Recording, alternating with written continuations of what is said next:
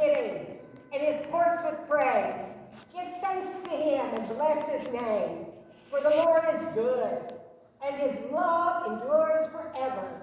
His faithfulness continues through all generations. Amen.